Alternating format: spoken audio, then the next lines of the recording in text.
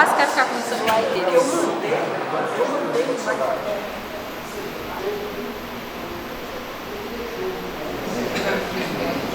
Acadêmicos, senhoras e senhores, boa noite.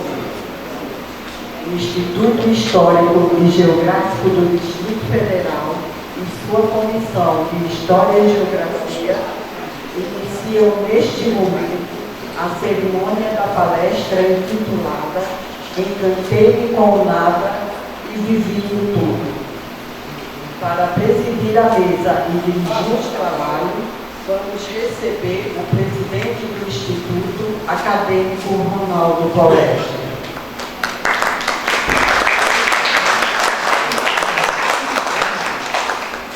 O senhor presidente convida para ter lugar à mesa o presidente da Comissão de História e Geografia, o acadêmico Carlos Brandão.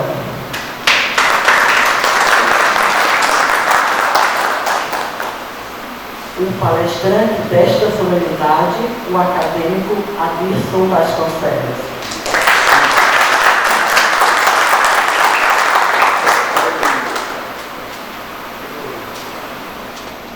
Neste momento, convidamos os presentes para, de pé, cantarmos o hino nacional brasileiro.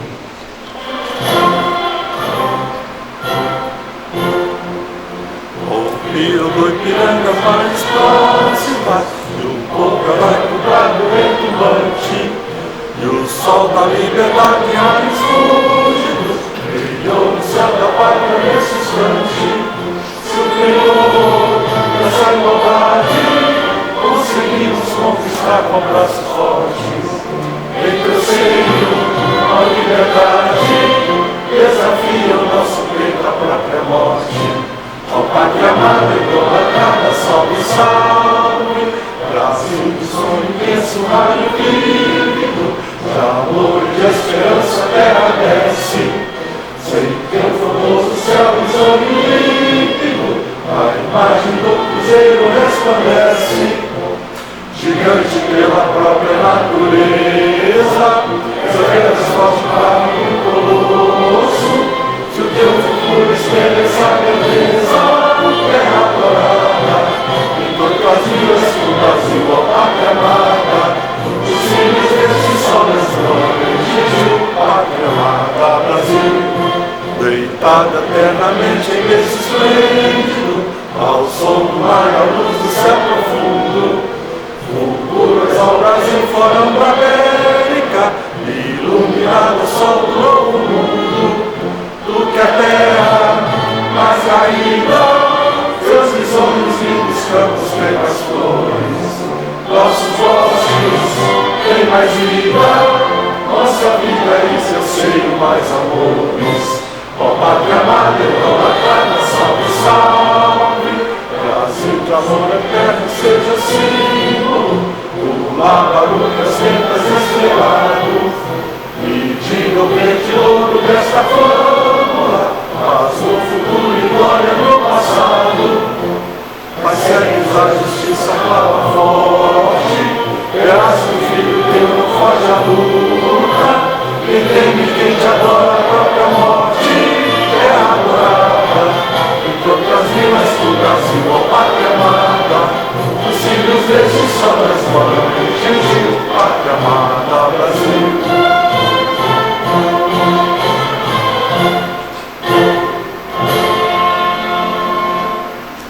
Que eu sentasse, por favor.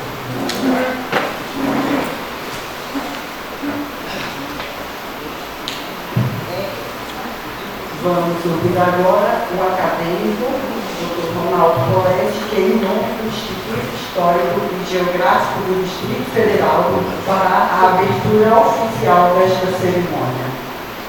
Cumprimentar os ilustres visitantes, os sócios acadêmicos presentes, na pessoa do secretário-geral do Instituto, de Medeiros, Narciso de Medeiros, os professores do Instituto aqui presentes, por motivos protocolares, o presidente da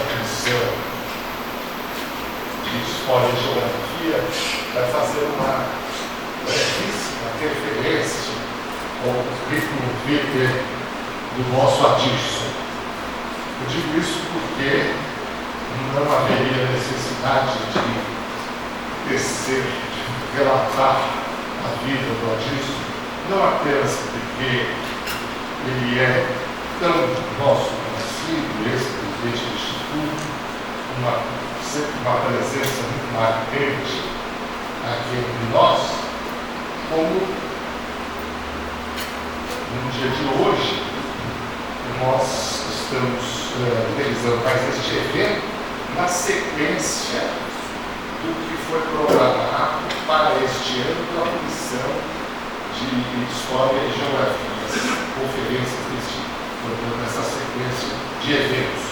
Mas porque o nosso Adilson é uma figura não apenas extraordinária, mas muito diferenciada.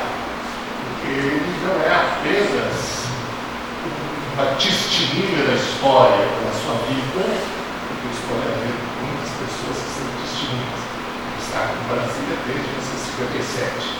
Mas ele, como jornalista, ele também tem uma vocação para historiador, para história, de modo que ele escreve muito e narra não apenas os fatos, como dá o testemunho pessoal dos fatos, como também os valoriza de acordo com as concepções que ele abriu na sua vida, portanto, como jornalista e como historiador.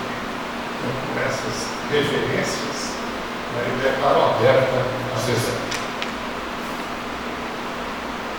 Neste momento, passaremos a palavra ao historiador Carlos Brandão, que fará a apresentação do palestrante desta noite, acadêmico Adilson Vasconcelos. Senhoras e senhores, boa noite. Eu, então, acadêmico José Adilson Vasconcelos, autor de dezenas de livros editados sobre o tema Brasília, é pioneiro da primeira hora da epopeia da construção da nova capital do interior do Brasil, jornalista, historiador, advogado e administrador de empresa, é pesquisador incansável quando se trata de Brasília. Sócio fundador deste Instituto Histórico e Geográfico do Distrito Federal, na cadeira 27, do patrono é Francisco Adolfo Van Hamen. Com a palavra ao acadêmico Adilson Vasconcelos. Obrigado. Boa noite, meu caro presidente Ronaldo Coletti, meu caro Carlos Brandão, presidente da Comissão de História e Geografia, da qual eu pertenço, e quem me convidou para hoje estar aqui para conversarmos uma coisa, um pouco, sobre um assunto que muito nos interessa. Obrigado a este excelente auditório por estar aqui conosco. E ao divisar este auditório formado de tantos intelectuais, eu quero destacar e homenagear os pioneiros da construção de Brasília. E ninguém melhor para eu fazer uma referência especial a uma pioneira da primeira hora de Brasília, 1956, momento inicial da construção. E essa pessoa admirável representa o belo sexo, aquelas mulheres candangas pioneiras que enfrentaram a dificuldade da solidão, a dificuldade da poeira, a falta de tudo. Uma pioneira que veio para acompanhar seu esposo, o primeiro médico de Brasília. Eu estou me referindo a uma querida amiga, figura admirável, que é a doutora Maria. Uma salva de palmas dentro de sua noite, porque eu não estou homenagem à senhora doutora Maria. Nós estamos homenageando todas aquelas mulheres pioneiras que tivemos com a sua presença aqui, a partir do primeiro momento, uma outra também que guardo na lembrança. a esposa do doutor Israel Pinheiro, cujo nome está me passando, Dona Coraci, pessoa admirável. Veio com o doutor Israel e foi morar lá no quarto do Catetinho durante muito tempo. São as mulheres guerreiras, as mulheres patrióticas, as mulheres de espírito cívico que atenderam o chamado do presidente Juscelino. E eu posso imaginar o quanto Dona Coraci, o quanto a doutora Maria sofreram, lutaram, mas o ideal delas e dos seus esposos estava superior a todo esse tipo de dificuldade. Então, eu até gostaria, presidente, de iniciar essas palavras homenageando essa figura admirável do nosso grande presidente, o maior estadista brasileiro do século XX, o presidente Juscelino Kubitschek. E eu gostaria de, aqui perto dele, fazer uma declamação daquela peça literária, filosófica, cívica, altamente altruística, que foi a certidão de nascimento, que se transformou na certidão de nascimento de Brasília. E eu gostaria que o presidente do estudo e o presidente da Comissão de História estivessem aqui comigo ao lado do presidente, para nós manifestarmos a este seleto auditório o quanto o seu pensamento, naquele primeiro momento, foi marcante para guiar os nossos ideais em favor de Brasília. E para completar esta homenagem ao presidente Juscelino, eu gostaria de termos aqui a doutora Marilda como pioneira da primeira hora. Tenha vontade, doutora Marilda, eu gostaria de contar com a sua presença e também da presença, com a sua permissão, presidente, da nossa primeira dama, a doutora Marisa. Tenha vontade, doutora Marilda, tenha vontade. A doutora Marilda é a nossa primeira dama, a esposa do nosso presidente, amiga nossa, advogada brilhante, principalmente na área federal do Poder Judiciário, e aqui está nos prestigiando com a minha querida amiga, esposa do meu queridíssimo e estimado Edson Porto, que foi o primeiro médico e o primeiro diretor do Hospital de Brasília, o Hospital HJO. Não é? Mas pediatra dos filhos, ótimo. Meu amigo foi meu médico durante todo o tempo da Constituição. E era uma pessoa admirável, Edson Porto, né? Que figura! E além de ser um excelente médico, era um excelente músico, tocava bem o bandolim. Mas, presidente,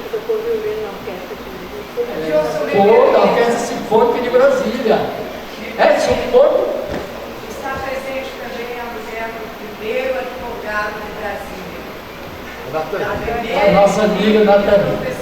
Meus cumprimentos, Nathalie. Obrigada. Então agora peço permissão e espero contar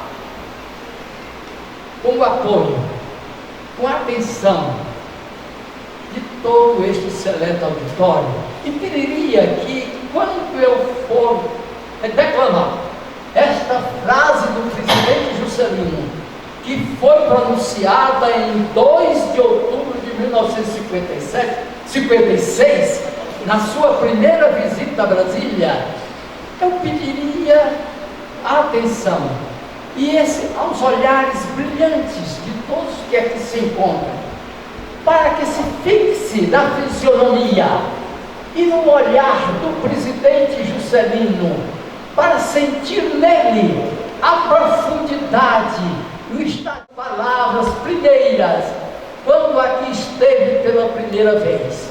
Ele a pronunciou na Fazenda do Gama, na Casa da Fazenda do Gama, na sua primeira visita a Brasília para iniciar as obras da construção, em 2 de outubro de 1956. Disse naquela ocasião o presidente Juscelino, atendendo a um pedido de uma pessoa que estava ali na fazenda, com outras, que escrevesse uma frase sobre aquele momento. E ele escreveu: deste Planalto Central, desta solidão, que em breve se transformará em cérebro das altas decisões nacionais, lanço os meus olhos mais uma vez para o amanhã do meu país e antevejo uma alvorada com uma fé inquebrantável no seu grande destino. Palmas ao presidente.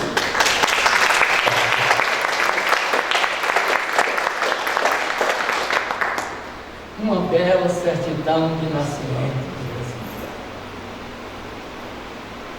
Após este evento de 1956, em 2 de outubro de 1956, o fato seguinte mais importante será, aqui a certidão, em 3 de maio de 57, o batismo de Brasília. Quem tem certidão tem de batismo perante a espiritualidade, perante Deus. E para este assunto é que eu vim mais me preocupar aqui. 3 de maio de 57. Deus me predestinou. E eu sou eternamente agradecido à espiritualidade e à providência divina por ter me permitido essa oportunidade, como jornalista, de vir fazer essa cobertura. Então, depois dessa homenagem que fazemos todos nós, e nos conscientizamos da grandeza e do estadismo do pensamento do presidente Juscelino, e do amor que ele tinha por essa cidade, eu peço permissão ao presidente dispensar o presidente deste ato e também as nossas convidadas, a fim de que eu possa iniciar o trabalho de apresentação do tema solicitado pela Comissão de História. Muito obrigado, doutora Marilda. Nós é que agradecemos essa criatura. Se Juscelino hoje estivesse aqui, eu tenho certeza que ele estaria, meu menino, muito obrigado pelo trabalho verdadeiro que você fez. Era assim que ele o chamava, meu menino. Era um jornalista muito. Fiquei muito sensibilizado com essa meu menino na Deus. Muito obrigado. Muito obrigado. Senhora dona Maria, obrigado.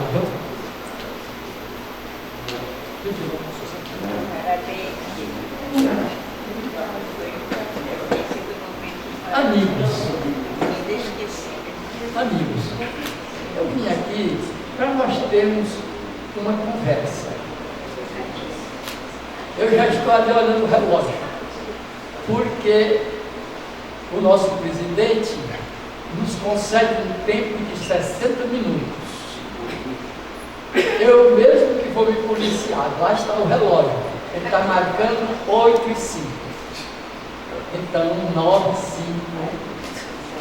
eu pretendo concluir todo o testemunho que pretendo dar a todos os amigos que formam esse excelente auditório. Recebi uma notícia agora da nossa secretária executiva, Agnês Leite, uma notícia muito alvissareira para todos nós. Como nós aqui no Instituto Histórico e Geográfico do Distrito Federal buscamos o convívio com os outros institutos históricos, principalmente o Instituto Histórico e Geográfico Brasileiro, a todos, para formarmos um laço de força em defesa da história e da memória. Então, gostaria de anunciar com muito orgulho ao presidente e a toda esse auditório da presença da historiadora que acaba de nos encontrar aqui, Fátima Argon, presidente do Instituto Histórico e Geográfico de Petrópolis. Nossos cumprimentos que eu trago em nome do nosso presidente. Também. A comitiva toda foi homenageada. Inclusive o amigo. O Certeiro também. Muito obrigado, Fátima. A casa aqui é dos institutos. Viu? Nós nos dedicamos aqui a um trabalho de divulgação de Brasília. Esse é o livro que nós acabamos de lançar na Câmara dos Deputados. Parabéns. Olha, esse é um livro maravilhoso. É sobre a princesa... A princesa Isabel. Isabel. Eu já li, recebi um comentário sobre esse livro, como eu gostei. Até dei uma resposta a um e-mail embaixo, agradecendo o comentário e pedindo que me informassem a melhor forma de eu adquirir este livro. Amigos, então voltando. Agora vamos voltar ao nosso assunto, porque foi agradável nós sabermos da presença da historiadora Fátima aqui no Instituto. Então, esperar um pouco e vamos falar, continuar um pouco sobre Juscelino. Nesses tempos de 2019, e o que vemos sentindo ao longo deste início de milênio, eu tenho segurança, se eu fosse consultar aqui, todos haveriam de dizer que o maior, hoje eu vi que morreu brasiliense,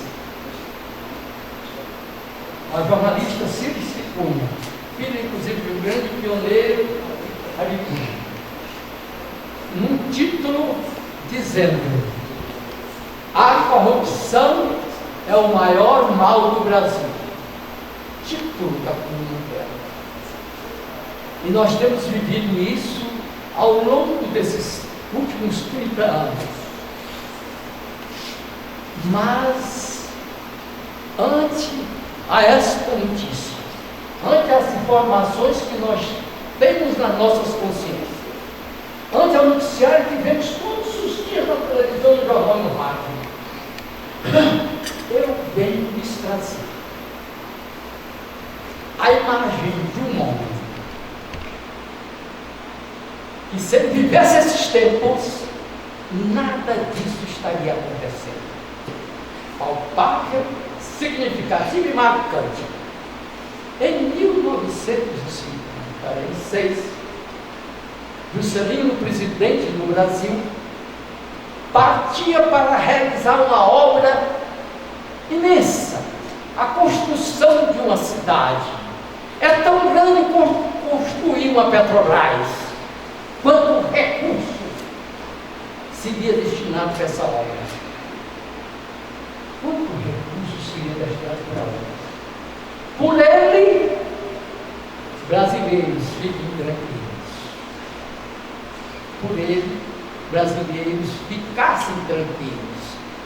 Mas ele não podia responder por todos aqueles outros executivos que iriam gerir esta grande obra de bilhões de cruzeiros, muito maior do que uma Petrobras. Então vejam, significativo o exemplo dele. Quando foi para fazer o anteprojeto para a construção de Brasília, que tinha que formar uma comissão para essa obra, um órgão público que chamar-se-ia Companhia Urbanizadora da Nova Capital do Brasil, sigla Nova Cap.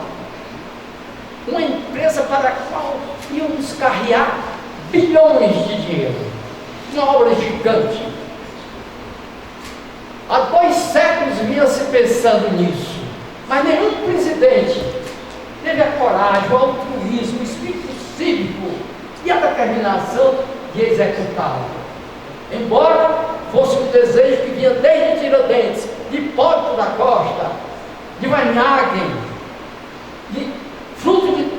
exame de 3 constituições, de 3 comissões técnicas, mas não saía a obra. É porque a obra era grandiosa, nenhum presidente, nenhum governo que se instalava no Brasil ao longo desse tempo tinha a coragem cívica de empreender isso, porque era um custo elevadíssimo e um risco de não executá-la num só governo.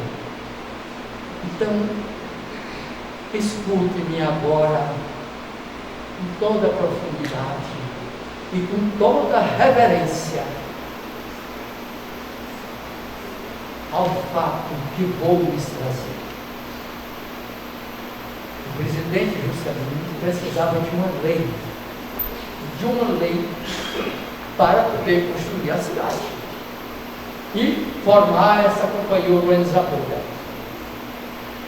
Então ele convocou um dos juristas mais famosos de Brasília, que por sinal era deputado por Minas Gerais, o advogado e jurista Santiago Bandes, nome prestigiadíssimo no mundo jurídico brasileiro.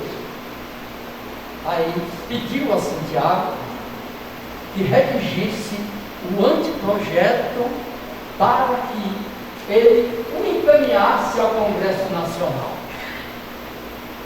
Agora todos vão se espantar na proposta que eu vou lhes revelar, feita pelo presidente. Santiago, faça a estrutura da lei, dentro de todas as normas de uma sociedade mista, mas eu tenho um particular que eu vou lhe pedir para inserir da forma mais simples e mais objetiva. A companhia urbanizadora será gerida por um presidente. Será gerida por 5 ou 6 diretores. O presidente será da minha escolha. Da minha escolha. Então, as outras diretorias eu quero que você deixe bem simples e bem claro na lei. Diretoria de obras, nomeada pelo presidente da República. Indicado, nomeado diretor de obras. Diretor administrativo, indicado pelo presidente da República. Diretor executivo, indicado pelo presidente da República. Diretor administrativo, indicado pelo presidente da República. Tem mais um diretor. Ele fez a pausa. Diretor financeiro. O Juscelino estava pensando e se preocupando com os bilhões que ele teria que disponibilizar para essa grande obra que marcaria a conquista de 2/3 do território nacional. Brasília, em pleno Planalto Central. Os 2/3 seriam o Centro-Oeste e o Grande Norte, até hoje discutidos, principalmente o Norte, a Amazônia. Ele disse: o diretor financeiro dessa companhia, que seria a maior do Brasil, deixe bem claro e anote: o diretor financeiro será indicado pelo maior partido de oposição ao governo da República. Quem era o maior partido de oposição? A UDN. A UDN do Carlos Lacerda, a IDN de Jânio Quadros, a IDN de tanta gente contrária aos interesses do PSD, do governo dele. Pois bem, nesse ato, parece simples, não é? Não parece? Parece simples, mas ele nomearia todos, inclusive o diretor financeiro, onde teria em suas mãos um manancial de dinheiro tão grande quanto a Petrobras, tão grande como outras fontes de recursos. Pois bem, em 19 de setembro foi mandado para o Congresso e foi aprovada a Lei 2784, estabelecendo isto, que o homem que ia cuidar dinheiro das obras de Brasília era o adversário do presidente Juscelino Kubitschek, e não gente amiga, com a possibilidade daquele entendimento político, daquele jeitinho e até de conluios, como nós temos observado em revelações jurídicas, principalmente neste terceiro milênio que vivemos. Eu poderia encerrar o meu assunto aqui,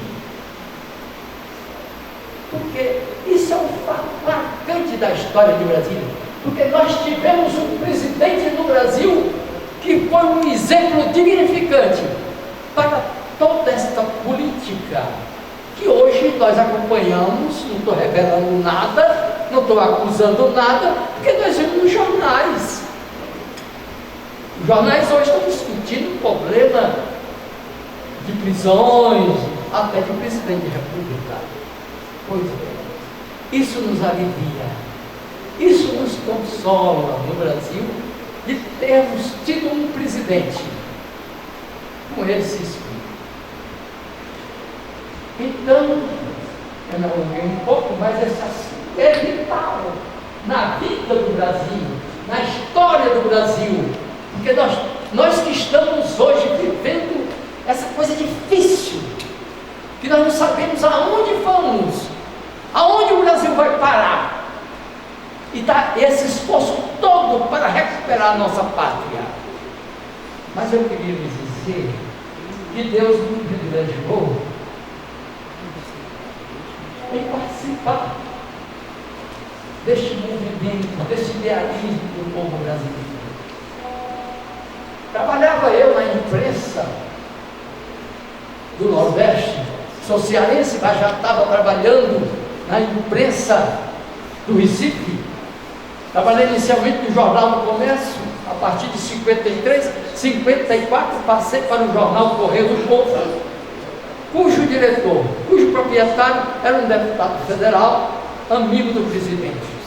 E eu, embora jovem, mas uma pessoa tímida, cuidadosa nos relacionamentos, porque eu havia saído de seminário aos 17 anos, passei a trabalhar na imprensa e criei a amizade da família do diretor do jornal, sem nenhum outro interesse, apenas pelo meu trabalho, pela maneira de ser, simples, objetiva, séria. Então, fui escalado para muitas reportagens fora do Recife. E com essas notícias de que o presidente Juscelino ia construir Brasília, eu fui escalado no jornal Correio do Povo. O diretor tinha muito interesse nessa cobertura para fazer a reportagem da pedra fundamental de Brasília em 3 de maio de 57. Olha, na reunião de pauta, lá da redação do Correio, em mais ou menos abril de 1957, os colegas todos reunidos, o secretário da redação trouxe um mapa do estado de Goiás. E quero dizer isso afirmando que não vou fazer nenhuma depreciação. Pelo contrário, gosto imensamente do povo goiano. Aqui me fixei, estimo demais os goianos, tenho um imenso apreço em muitas ocasiões. Quando alguma pessoa sai da minha casa, eu faço questão de abrir a porta dizendo: esse é um bom hábito goiano que eu aprendi. Mas no mapa de Goiás, ele colocou para que nós conhecêssemos, ele apontou o local onde seria Brasília. Todos sabemos hoje que fica na região próxima de Goiânia, Corumbá, Formosa, isso, orientando sobre a trajetória dessa viagem. No ambiente de jornalismo, eu até nem queria falar nisso, mas vou falar porque é verdade e a gente não pode se apanhar disso. Um colega, no jornalismo, a gente tem muita liberdade. Tá? Um colega disse: secretário, o Adilson vai fazer uma cobertura no fim do mundo. Realmente, o Centro-Oeste e o Grande Norte eram distantes. Mas apareceu outro jornalista querendo fazer mais graça no grupo da mesa e que disse: não, Adilson, é um pouquinho depois. Isso não tem nada pejorativo. O importante é o que foi feito. Naquela época, está certo, era difícil. E para lhes provar que realmente aqueles colegas não estavam brincando, que é verídico, eu saí do Recife para o Rio de Janeiro. Lá encontrei o deputado, que é secretário federal, como do jornal, fiz alguns contatos lá. O deputado que ia pagar meu salário de jornalista lá do Recife, logo me prometeu que eu ganharia em dobro.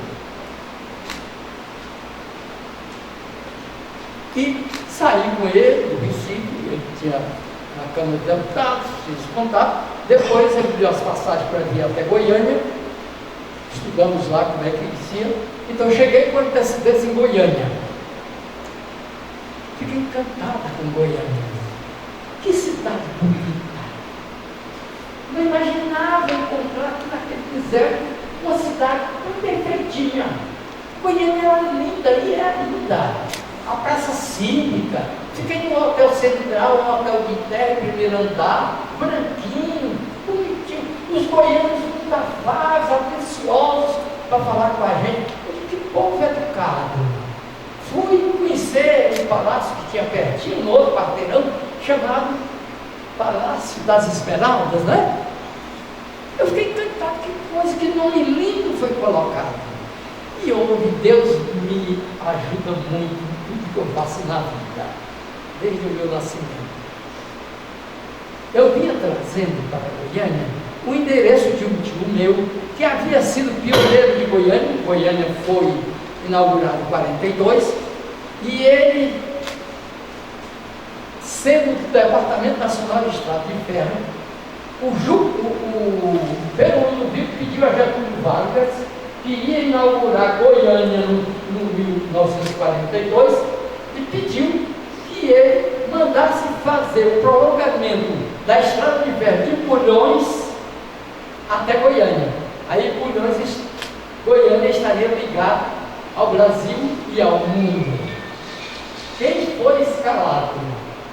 Foi Getúlio, determinou o Departamento Nacional de Estrada de Ferro para fazer esse ramal. Primeiro tinha que fazer a topografia. Quem foi escalado para fazer a topografia? O chefe da topografia do Departamento Nacional de Estrada de Ferro. Quem era o chefe do departamento? Irapuã Araújo. Ele veio fazer, o trem chegou em Goiânia, fez a topografia, gostou imensamente do povo de Goiás, tanto que casou-se com uma moça de nome Tia Rosa, meu filho. Então, ele se encantou com a Tia Rosa na estrada, num restaurante de boiadeiro. Se apaixonou pela moça. E quem estava em Goiânia, eu trazia o endereço dele. Esse meu tio Irapuã Araújo, irmão da minha mãe, e que tinha uma adoração imensa pela minha mãe. Então ele veio do Rio, era cearense, trabalhava no Rio, e veio escalado para isso. Então, olha que maravilha! Eu chegando em Goiânia, depois de olhar a praça, etc., e a rodoviária de Campinas, saber como eu poderia chegar aqui a essa área que seria Brasília, presente de Deus. Encontro o meu tio. E gozado, ele tinha um Ford 29. Aí andamos naquele Ford 29. E uma coisa, quando ele ia pegar, não tinha que ficar na direção. Aí eu na casa dele, olha onde é que ele morava, no centro, Avenida Araguaia 1041. Então tinha que ir na manivela, aí tá o carro pronto. Passeamos em Goiânia, ele me mostrou muita coisa. Queria muito encontrar o Bernardo Sayão, que Bernardo Sayão era muito ligado aos engenheiros e aos topógrafos, mas ele me falou dessa região. Uma coisa enigmática me calou fundo. Disse-me o meu tio: olha, essa região que você vai, não tem estrada para lá, é uma estrada carroçável, mas existe nessa região um padre misterioso, que ele circunda a região, viaja a cavalo, viaja em carro de boi e ninguém o encontra. O nome dele é Padre Bernardo. A sede dele é em Lusiânia, mas ele vai a Formosa, vai aquelas fazendas todas, vai até Barro Alto. É o chamado Padre Bernardo. E é um mistério porque ninguém consegue encontrá-lo, porque quando vai, ele pode ter viajado para Formosa, pode ter viajado para as fazendas de Barro Alto, etc. Que homem extraordinário. Depois eu fiquei sabendo que ele era um missionário suíço que havia se dedicado a pregar o Evangelho, a fazer batismo, a fazer casamentos, a organizar a vida cristã. Ele esteve, quando veio, ele foi para o convento dos beneditinos, dos conventos beneditinos foi para São Paulo, e de São Paulo houve entendimento com o Dom Manuel, que era bispo de Goiânia, para que ele viesse para cá, para Goiás. Ele foi designado para Jaraguá. Depois o mandaram, entendendo a dedicação dele, o mandaram para Lusiânia, antiga Santa Luzia. Em Lusiânia, ele se fixou como vigário da paróquia e foi dali fazer suas peregrinações. Um homem queridíssimo nessa região. Chegou lá em 1942, no mesmo ano de Goiânia, e levou essa vida de peregrinação. Ora, em 1955, obrigado, que coisa boa ter filho, né? Eu tenho 7 filhos. Mas aí eu brinco com eles, gosto muito de todos eles, nós somos muito amigos. Mas eu gosto de dizer para eles que melhor do que os filhos são os 9 netos.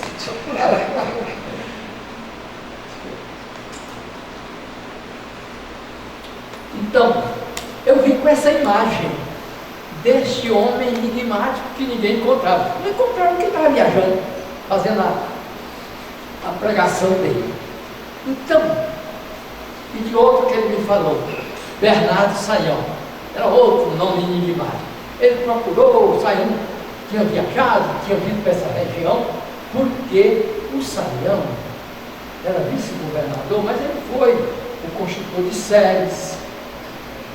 Ele era um pioneiríssimo, conquistou, ele era fluminense, era do estado do Rio, foi designado por Getúlio para fundar a colônia agrícola de Séries, na marcha para o oeste. Ele veio, etc., e desenvolveu a fundação de Séries como colônia agrícola. Fez até uma coisa interessante. No orçamento que ele recebeu, tinha uma verba lá para a casa do administrador, não é? Lógico, não é? Tinha que ter.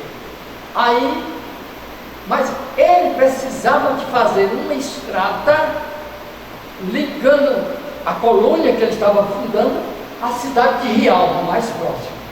Pegou o dinheiro e fez a estrada. Na legislação burocrática, ele respondeu a um processo porque ele não fez a casa para ele, fez uma estrada. Veja o povo daquele tempo. Não era desonestidade, né? Então, essas duas figuras me ficaram na mente. Meu tio, nessa coincidência agradabilíssima, e eu passei a ter família aqui nessa região. Bem, aí eu venho fazer a cobertura aqui. Em Campinas, fiquei sabendo que tinha uma caminhoneta que todo dia saía às 5 horas de Campinas e vinha para essa região. A estrada, ela contorna, não era uma estrada reta, nem era asfalto, era carroçável. E você vinha contornando a imensidão de riachos que existia. Então você vinha contornando os morros. Por isso tornava a viagem mais longa. Vi no dia 2 de maio de 1957, uma viagem pesada. O Saião havia passado uma patroa ali para melhorar, porque havia a pedra fundamental nesses dias. Uma semana antes ele se largou de lá, o patrão, com trator, etc., e ele comandando essa operação. A estrada melhorou muito, mas mesmo assim nós tínhamos que contornar todas aquelas coisas, todas aquelas dificuldades, evitar os riachos, senão o carro não passava. Era uma estrada tipicamente carroçável. Haja visto o seguinte, presidente: saí de Campinas às 3 horas, às 5 horas da manhã, do dia 2. Chegamos no núcleo provisório, era o que existia aqui, se chamava núcleo provisório. Eles haviam aberto, onde é hoje o núcleo Bandeirante, 3 ruas, 4 ruas, 5 ruas, 4 ruas, para abrigar as primeiras pessoas. Era muito difícil, ninguém queria vir para cá. O próprio povo de Goiás, o próprio povo de Minas Gerais não queria vir. Então, eles criaram esse núcleo provisório. Provisório já dizia que é só durante o tempo de construção da capital. E chegamos ali, saindo às 5 horas, chegamos já escurecendo, por volta de 18 horas. Ou seja, 12, 13 horas de viagem. Tinha sempre parada para deixar alguma coisa, pegar alguém, um latão de leite, um pacote, uma caixa, e essa viagem. Ela chamava jardineira, parece com essas vans de hoje. Ela tinha 16 e existia outro com mais lugares, chegava a 20. E chegamos ali, em Goiânia, no núcleo provisório. O núcleo provisório devia ter uns 40 barracos. Ele depois, só para conscientizar e atualizar, depois ele veio se chamar Cidade Livre e depois Núcleo Bandeirante. Então o núcleo provisório existia na travessa do Morro, todos os avenidas. Sim, o arruamento feito pelo João Parala, pelo Saião, pelo Oswaldão, que era um grande topógrafo aqui, Oswaldo Vieira, forte, ele era o comandante dos topógrafos. Então, eles pegaram aquele núcleo e colocaram a primeira avenida, a segunda avenida, a terceira avenida e a quarta avenida. Ali, e eles iam doar os lotes incomodados, por empréstimo, enquanto durasse a obra da construção. Aquilo era um acampamento. Chegamos no núcleo provisório, tive a felicidade, Deus sempre está me apoiando, eu tenho uma indagada muito forte. Encontrei lá um senhor de nome José Carlos Souza, um amor de criatura. E conheci também a esposa dele, Dona Tânia. Tinha uns filhinhos e eles cuidavam. Agora veja só como as coisas de Brasília são curiosas. São curiosas. Quem é esse José Carlos Souza? José Carlos Souza era, naquele tempo, prefeito de Rialma. Presidente, ele era prefeito de Rialma.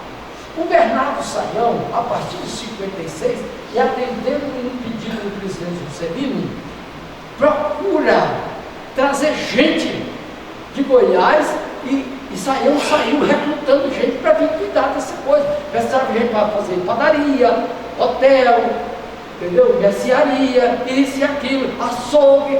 Precisava formar um núcleo para atender a grande demanda que iria ocorrer.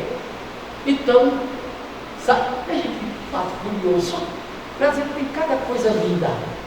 O Saião chegou na prefeitura de Rialma e encontrou-se com o prefeito José Carlos Souza. 56, comecei em 56. E disse: Zé Carlos foi eleito prefeito. O Saião já era vice-governador, conhecia a política toda, e disse: prefeito, eu preciso que você vá para o Brasil. Nós estamos fundando lá a cidade, tem um núcleo provisório, e eu preciso, nesse núcleo provisório, um hotel para receber as pessoas que vão para lá. Aí o Zé Carlos disse: mas, doutor Saião, eu sou prefeito, eu não posso sair daqui.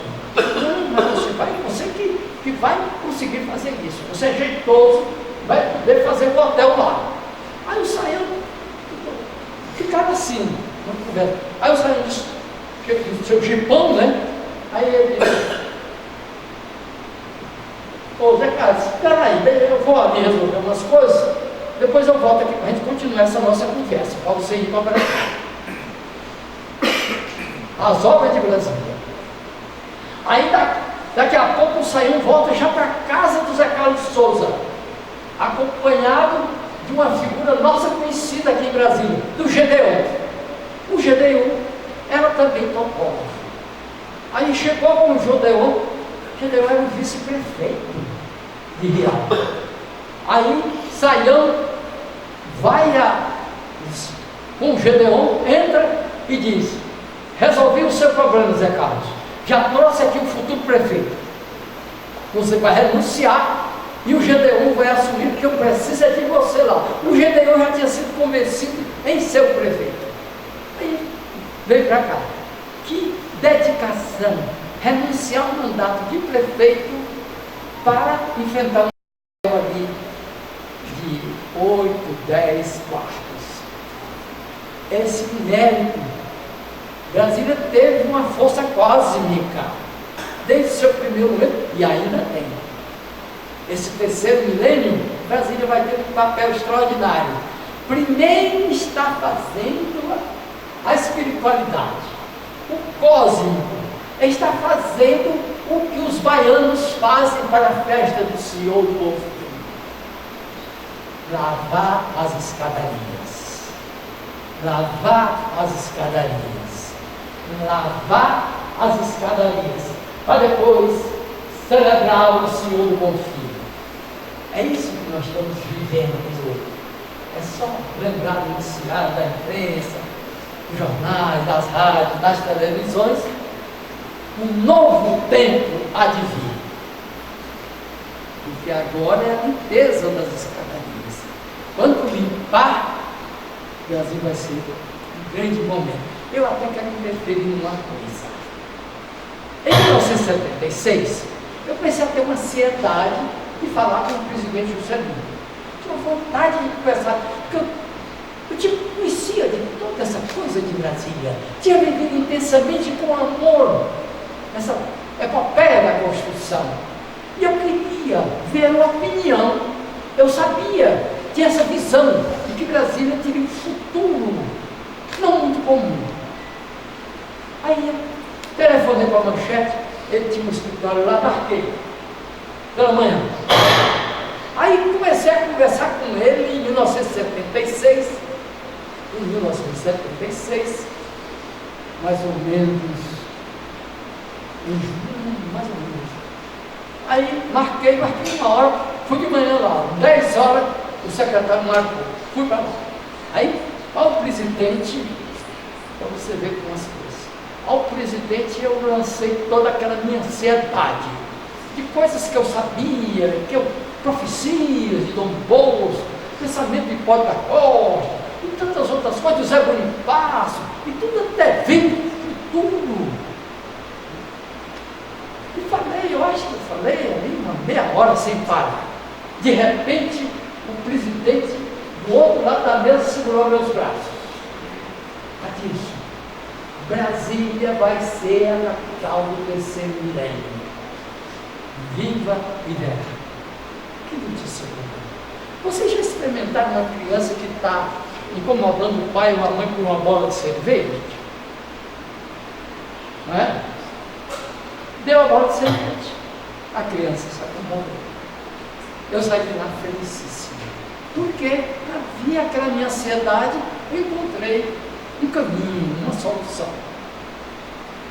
Então, eu citei isso, eu estava falando de outra coisa, do Saião, daquele primeiro momento, etc., do núcleo bandeirante, do núcleo provisório. O que é que ocorre? Ali era o início de Brasília, pioneiríssimos. Citei aqui o exemplo do meu amigo Edson Porto, primeiro médico ali, numa situação de absoluta precariedade. Tanto é que Edson Porto, quando veio, ele parece que estava noivo da doutora Marinda, né? Coisa assim. Aí ele veio com a senhora de sua mãe. Por quê? Não tinha estrutura de vivência. Mas, porque ele foi designado pela Casa de Saúde do Raci, em Goiânia, com convênio com o Instituto Judiciário para dar essa assistência. E ele precisava vir logo, porque já tinha muita gente, naquela época já devia ter umas 1000 pessoas aqui. Ele veio e depois confirmou o enlace com a doutora Marilda e trouxe essa grande pioneira para Brasília, quanto tantas outras que são símbolo dessa cidade. Não foram só os candangos, não foram só os homens, mas as mulheres estiveram muito presentes e deram uma contribuição valiosíssima. Poderíamos enfocar um momento só exclusivamente para nos dedicarmos às mulheres, as que se dedicaram à enfermagem, as que se dedicaram ao atendimento social, ao professorado. O professorado de Brasília foi uma coisa encantadora, a participação feminina. Foi notável esse tempo. Então, ali naquele começo, era tudo muito agreste, né? Muito agreste. Em 1957, começam a chegar pessoas aqui. O presidente tem a lei 2784 aprovada em 1956, em setembro. Em seguida ele visita no dia 2 de outubro. E a partir daí começa todo esse processo, eu falei agora de Saião, recrutando o pessoal, e ocorreu o seguinte, a notícia se espalhou pelo Brasil inteiro. O Nordeste vivia uma seca extraordinária, 56, 57. Os retirantes correram todos para cá. Todos vinham para Brasília porque era a grande opção. Aqueles caminhão pau de arara. E veja só que coisa curiosa. Em 1957, ali na Avenida Central, em frente ao Mercado Diamantina, eles instalaram um amplificador, uma boca. Depois essa amplificadora passou a ter 2 bocas, 3 bocas, 4 bocas. Ou seja, cobriu a Avenida Central. Agora, vocês vão ver como o Brasil foi uma coisa muito bem planejada. Esse processo de metas, esse processo de cronogramas sugerido pelo presidente é algo extraordinariamente técnico-científico da administração. Está aqui um grande administrador que sabe que o processo de metas da programação, tudo que o presidente fazia tinha um dia que começava, o dia que terminava e todas as fases do programa. Isso só na administração científica. Nós que fizemos administração sabemos disso e temos consciência. Então, em 1900, nascemos no núcleo provisório. Veja que organização, que perfeição administrativa. Começaram a chegar os cearenses, os baianos, o pessoal do norte e de Goiás também, e de Minas. Na Cidade Livre, nessa boca chamada Voz de Brasília, uma boca, duas, depois tinha 4, ali tinha um posto. Veja que estrutura. E toda essa coisa desértica que era aqui. Existia um posto do INIC, Instituto Nacional de Imigração e Colonização. Ele veio aqui para... O que é que ele fazia? Ficava aquele barraco, ao lado tinha um barraco do Ministério do Trabalho. Veja que organização formidável. O barraco do Ministério do Trabalho, em plena avenida, e outro do IBGE. Quando chegavam aqueles caminhões, pau de arara, trazendo os retirantes do Nordeste ou de qualquer região, a Voz de Brasília ficava anunciando: vem aqui comparecer em frente ao mercado de Diamantina, que está o posto de emprego, etc. Aí todo mundo ia para lá, a fila. Então o INIC recebia, registrava o nome, etc. Perguntava o que sabia fazer. Eu fiz a minha cara, então você fez. Então você fez. Eu serrava madeira, você é marceneiro. E assim ia.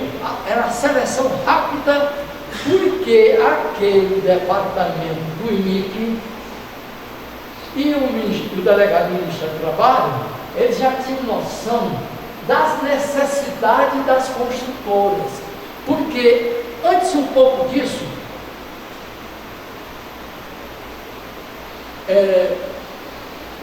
começaram a vir construtoras. Eu estava aqui na primeira missa e houve uma coisa curiosa. Não tinha umas 1000 pessoas só aqui naquele tempo. O teu marido já morava. E houve uma coisa curiosa. Eu cheguei naquele hotel do Zé Carlos Souza, passei a noite de 2 a 3 e houve uma coisa comigo muito transcendente. E marcou a minha presença aqui. E talvez o meu ideal por Brasília. E talvez a minha predestinação divina para viver aquilo intensamente. Quando acordamos, na manhã do dia 3, eu saí, como todo jornalista é mais curioso que mulher, saí para conhecer a região. Aí, isso eu queria lhes dizer, porque é uma coisa no fundo da minha alma, uma coisa transcendente que aconteceu comigo. Eu saí ali do Hotel de Souza, fui um pouquinho ali na avenida Travessa Dom Bosco, que dava para a Avenida Central, e eu estou olhando o ambiente, não conhecia nada disso. Eu vi muita coisa na estrada, no dia anterior, mas eu queria ver aquele local. E verifico o seguinte: eu comecei a olhar o terreno diferente do meu Nordeste, uma vegetação raquítica, aves tortas, talvez vítimas das intempéries do tempo, do próprio homem, e caminho ali, começando a observar, a sentir, coisa própria de jornalista, e de repente, olhei para o alto, olhei para o céu. Aí fiquei atônito. Que céu imensamente azul. Aqui em Brasília é diferente do Nordeste. Aqui você vê o céu todo. Você vê todo o céu. Aí eu encantei, vendo aqueles azul, não acabava mais. E aquelas nuvens brancas tão lindas, passeando vagarosamente. Que espetáculo! Fiquei atônito com aquilo. Mas, observando mais, eu comecei a olhar para frente e vendo um horizonte. Horizonte, horizonte, horizonte, horizonte, horizonte. Eu nunca tinha visto tanto horizonte. Que coisa linda, diferente de todos os lugares que eu conheci. E estava assim um pouco assim, levado com aquilo, né? De repente, eu olho assim para o Oriente e o que se defronta para mim? Uma força extraordinária de um sol brilhante. Aquele sol me aqueceu o corpo e me invadiu a alma. Fiquei assim com num momento sem entender, num momento de êxtase. O que tinha acontecido aquele dia? Fiquei, não tem uns momentos que a gente fica assim sem uma consciência. Eu parei no tempo. Depois daí eu fui. Passou um tempo, a João Carlão fui assistir a missa. Dom Carlos Caramelo Malta foi o oficiante. O presidente já tinha chegado no dia anterior, eu soube que o Zé Carlos tinha chegado no anterior, e soube mais. Zé Carlos me disse, o doutor Sayão me falou que não vai ter mais pedra fundamental. Vai ser uma missa. Porque o presidente disse que o Brasil começou com uma missa e ele quer fazer outra igual aqui, porque ele está conquistando o centro-oeste, o Goiás, o Mato Grosso e todo o norte. Raciocínio de um visionário e de um estadista. E tudo bem. Não é mais pedra fundamental, é uma missa, tá? Diz o Bernardo Sayão está aqui com o jogo parado, já fizeram estrada para lá, já montaram todo, amanhã vai ter a missa. Vem de São Paulo, o cardeal Dom Carlos Caramelo Malta. Eu fui com a turma numa estrada que Oswaldão havia aberto da cidade, do núcleo provisório para o Cruzeiro, poeira, muitos carros que chegaram, e eu descobri uma coisa curiosa. A construtora metropolitana, que estava ali desde 56, construiu uma pista. E nessa pista desceram muitos aviões com convidado do presidente Juscelino de todos os estados, inclusive vários aviões da Força Aérea Brasileira. Então chegamos lá, aquele todo, eu sempre fui um bom repórter, eu me orgulho disso, até hoje eu trabalho diariamente como repórter. Eu trazia um gravador, as pilhas secas, cada uma pesava mais de meio quilo. Era 40 por 40. E tinha uma máquina, uma Rolleiflex. Então, fui para lá, estou assistindo. Agora, veja só o que me causou uma vez. A missa, aquela gente toda, mais de 1000 pessoas, vindo da região, todo mundo paletó, coisa de gente do interior, mas tinha gente de fora também, representante do governo. Então, o que é que eu vejo? Aí, aquela solenidade, etc. Vai falar o cardeal. Eu, um repórter, desta parte, espero, vivente, o arcebispo de São Paulo entrou já com a imagem de Nossa Senhora Aparecida. Aquilo foi bonito, padroeira do Brasil. Essa imagem, ela havia visitado todas as capitais do Brasil antes. Todas as capitais do Brasil. A grande aviadora, a primeira aviadora brasileira, Ada Rogato, conduziu no seu avião Tec-Tec, levando Nossa Senhora Aparecida a todas as capitais do Brasil. Tinha terminado, ela foi enviar a Brasília, o próprio arcebispo trouxe. Mas o que me causou certa estranheza, ou talvez espanto, foi o sermão, chamado sermão naquele tempo, hoje é homilia, de Dom Carlos Caramelo Malta. Disse o arcebispo de São Paulo, no seu discurso: o Brasil tem 3 momentos na sua história. O primeiro, o descobrimento em 1500. O segundo, a independência em 7 de setembro de 1822. E o terceiro, este que é hoje aqui vivemos, em 3 de maio de 57. Repórter e jovem, com pouca maturidade, o que eu raciocinei naquela hora, eu estranhei. Eu disse, que coisa ruim, levei tantas horas para chegar aqui não tem nada. Ele me dizer que esse é o terceiro do Brasil. Eu gostava de história, Para quem? Eu fiquei com todo respeito.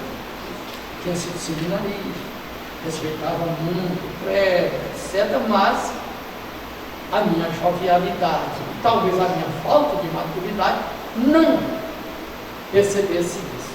Mas ele disse isso. Quando eu estou me aceitando, querendo aceitar e colocar isso como fonte de notícia, ele disse outra utopia. Brasília vai ser a conquista da Amazônia. Ele agora exagerou. Porque naquela época, como é que a gente definia a Amazônia? A intransponível floresta amazônica.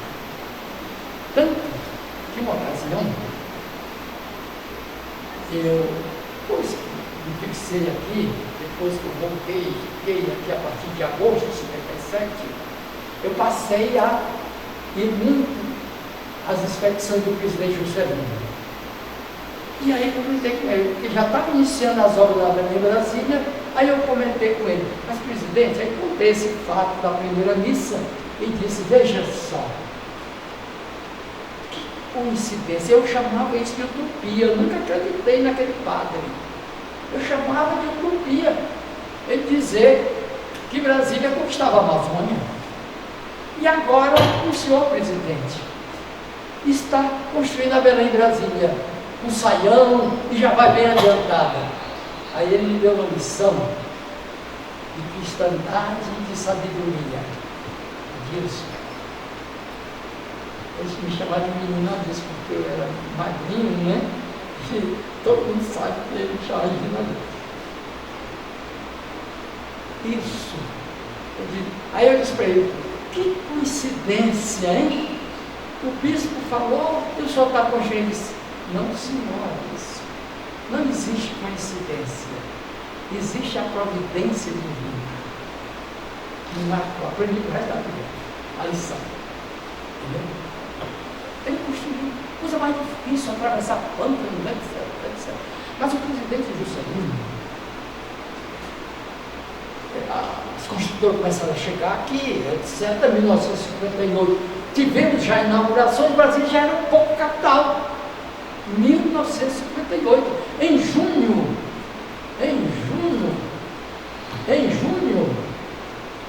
nós tivemos aqui inaugurações importantíssimas. Olha, junho de 58, faltava ainda muito tempo para 21 de abril, que foi a data aprovada pelo Congresso por Emmanuel Caiado para essa inauguração. Em junho de 58, você sabe quantas inaugurações nós tivemos aqui? Inauguramos a igrejinha de Fátima, no plano piloto. Linda, projeto de Dinamarca, no dia 28 de junho. Em seguida, inauguramos o Brasil virou capital. Inauguramos o Palácio Presidencial. O Palácio da Alvorada foi inaugurado também no dia 28. E tanto essa inauguração significou como oficialidade que o Brasil, o presidente da República, recebeu as credenciais do embaixador de um país que nos descobriu, de Portugal, Manuel Rocheta. Uma solenidade oficial de repercussão internacional em Brasília em 1958. Brasília já estava com atitudes, com atos de capital. A sabedoria de Juscelino é extraordinária, não? Nesse dia também foi inaugurada uma coisa importantíssima, no dia 30. A estrada que eu lhes falei, que levei 13 horas, a nova CAP, a partir de 57, começou a fazer a estrada Brasília-Anápolis, porque de Anápolis para Goiânia já tinha. Então é o seguinte, essa estrada era tão difícil de construir, tantas curvas, tanta coisa, e fazer, tinha que ser construída em tempo recorde, que a nova CAP fez o seguinte, em vez de contratar uma empresa para fazer 180 quilômetros, ela contratou várias, entre as quais a Coenja, a Metropolitana, a MM Quadros, cada um pegou um trecho, por isso foi possível. Então aí, Brasília estava ligada ao mundo. Em junho de 58. E a repercussão internacional que isso deu no mundo foi extraordinária. Aquelas colunas do palácio da Alvorada e repercutiram em todo mundo. Foi manchete de tudo quanto é jornal, etc. Por quê? As colunas da arquitetura brasileira é assim, ou quadrada ou redonda. Aparece aquele enfeite do Niemeyer, que ele fazia os desenhos e jogava o problema para o Joaquim Cardoso lá de Pernambuco. E o Joaquim Cardoso resolvia todo o cálculo. Todo o cálculo ele fazia. Porque aqueles panos, aquelas coisas, só mesmo um poeta poderia calcular aquilo, né? Joaquim Cardoso era também um eminente poeta brasileiro. E ele fez todos esses cálculos de Brasília. Bem, esse momento é uma espécie de inauguração do Brasil capital, uma experiência, né? Então, as empresas todas começam as suas atividades. O Palácio da Alvorada foi construído pelo Marcos Rabelo, amigo do Juscelino, filho de Diamantina. Pegou a principal obra, pegou também a obra da rodoviária. A Companhia Nacional, que tinha lá uma pessoa admirável, Maria deve se lembrar dele, José Ficani, um estrangeiro, engenheiro de alta sabedoria. Então ele ficou encarregado com a obra mais complexa, que tinha que fazer aqueles vanos, aquele prédio de 28 andares. Posso revelar uma brincadeira? Era a obra mais difícil. O presidente inspecionava essas obras. Eu o acompanhei em muitas dessas inspeções. Então, um fato curioso, é sempre bom a gente fazer referência a essas coisas humanas. O presidente Juscelino inspecionando as obras do Congresso Nacional, já estava bem adiantada, e o próprio presidente achava que era uma obra muito pesada. E o José Ficani, um homem estrangeiro, cheio daquelas coisas, mas de alta competência. Aí o presidente, que não era muito brincalhão, chega para o José Ficani, é o engenheiro-chefe, e disse: José, você me garanta essa obra, porque se você não fizer essa obra, você está vendo aquela árvore? Eu mando me para lá. Aí o presidente saiu, o José Ficani respondeu à graça do Juscelino, chamou um peão lá e disse: vai ali, tem uns machados lá, pega lá o machado, derriba essa árvore. Derriba essa árvore, se garantiu. Mas realizou, foi inaugurado no dia 21 de abril.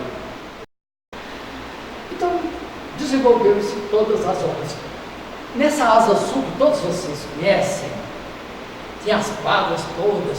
Quando o deputado Zé Leite foi comigo para o Rio de Janeiro, ele conseguiu mais um emprego para mim de assessor do presidente do IAPB, Instituto dos Bancários. Eu vim aqui como assessor do presidente para mandar notícias daqui, porque o IAPB tinha muito interesse no Brasil, porque primeiro, o Enzo Sadoc adorava Juscelino. Segundo, ele construía a superquadra Sul 108 e ele queria notícia disso. Então, eu peguei esse carguinho e me ajudou muito aqui, entendeu? De assessor da presidência. Para quê? Para eu mandar notícia dessa obra que tinha aqui da 108. Eu já estava garantido com o negócio do jornal, beleza? Que já vinha ganhando em dobro, mas depois deu para em 1957, 58, porque choveu muito em 57, no final do ano, eu tive muita dificuldade, porque estando morando na Cidade Livre e tendo que ir a Nova Cap todo dia, era mais ou menos 1 quilômetro. Agora, com a chuva e com o lamaçal que estava, me dificultou muito, então eu busquei. Mas eu estava ganhando razoável. E a partir de 58, quando eu estive também no Rio, deputado, eu fui atrás de um amigo lá de Pernambuco, figura importante, que era futuro candidato, e muito amigo meu, jornalista Gomes Maranhão. Então eu expliquei para ele: olha, eu estou indo, etc. Fui fazer uma visita a ele lá no Instituto do Açúcar do Alto. E eu sei que o senhor é comunheiro do Diário Associado e amigo do Assis Chateaubriand. Eu estou indo para lá e eu queria também ser correspondente do Diário lá. Quando foi em 58, ele me arranjou outro emprego de jornalista na Agência América Jornal, que mandava notícia. Daqui a gente mandava notícia pelo Morse, aquele aparelhinho que tinha antigamente. Hoje a gente manda pelo WhatsApp. Mudou muito. Pois bem, então,